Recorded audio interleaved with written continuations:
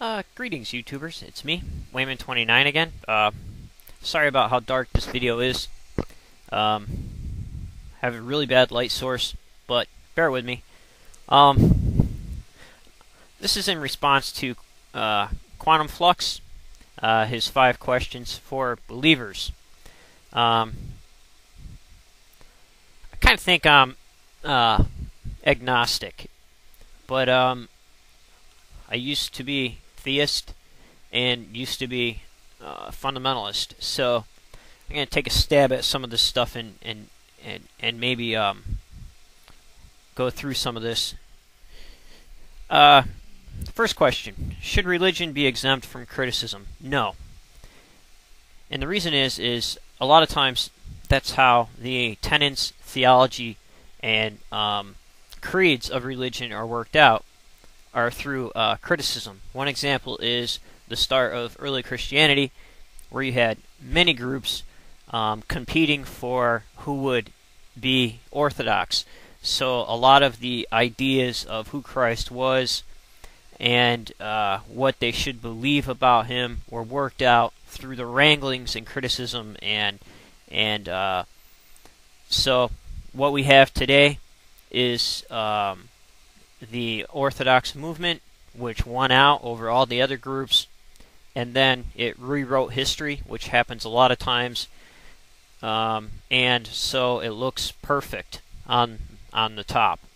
But as of lately, there's been texts discovered, especially the Gnostic texts, and so people can study those. And even in the writings of the early church fathers, some things, some texts that were destroyed can be recomposed from the letters of the early church fathers.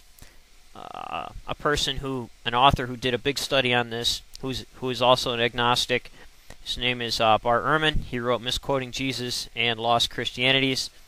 His series of books really shed a lot of light on how these ideas of criticism helped compose the religion and end up having some of the views. Whether they're correct or not, we don't know. However, that's a lot of times how views come about. Question number 2: does criticism of God meet the definition of bigotry? No. I don't believe it does. I think that you're allowed to criticize the tenets of a religion, belief system of a religion, creeds of a religion, and maybe customs of a religion. However, when you start criticizing and viewing the group, the actual person, and hating the actual person and chastising the person with a blanket idea or an assumption of who he is just because he may just happen to be a part of that religion, that can lead to bigotry. One example of this would be the writing of Barnabas. During the 2nd century, Christianity and Orthodox started moving towards anti-Jewish, anti-Semitic writings, and a little bit of this shows up in the Gospel of John, where more and more, as you go through the biblical text, from earlier text to later text, place more and more criticism on the Jews for the death of Christ, and until you have the Gospel of Barnabas, which is probably the most anti-Semitic text attributed to an apostle. And so people ended up associating the death of Christ being blamed on the Jews, which probably wasn't the case.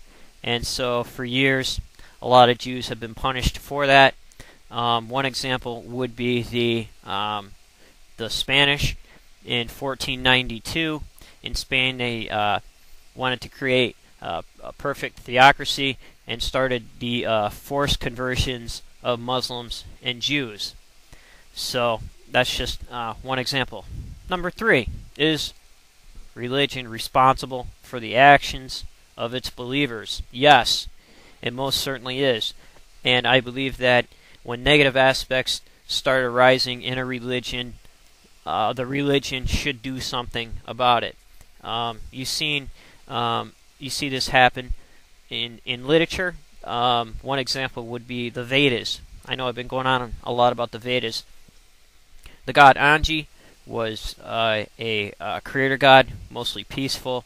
The people were farmers, but when they started domesticating the horse during the movement into the Indus River Valley, the Aryans started raiding campaigns and started identifying with the god Indra. And the rituals became associated with violence. The literature became associated with violence.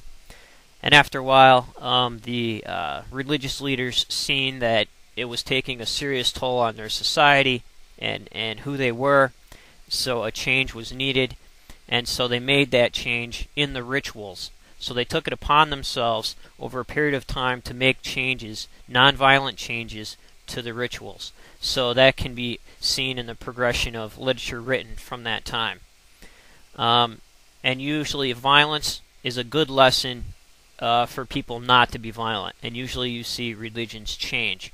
You have the change of the Hebrew god Yahweh, who was very violent and warlike. However, during the exile, a lot of the violence was taken out of the literature, and it ended up being internalized with more internal violence, conquering yourself rather than your neighbor. 4.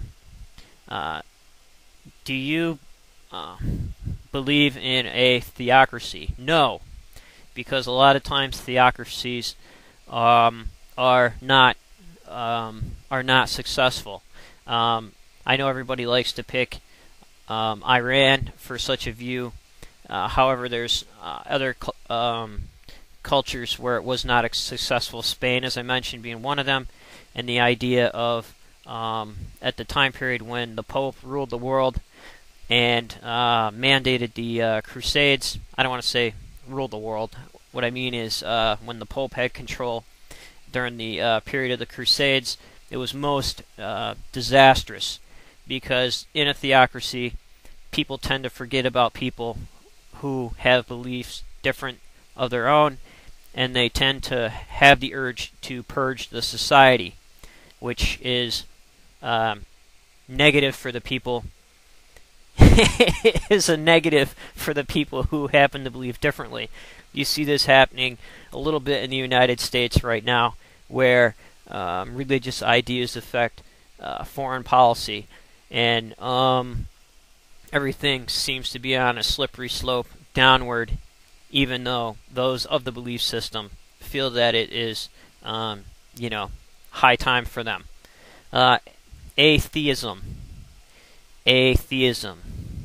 I'm not too sure what my definition of atheism would be. It kind of changes every now and then, and it's probably based on personal experience, even though there is probably a proper definition for it. I would believe personally that currently, right now, it's my thinking that it would be someone who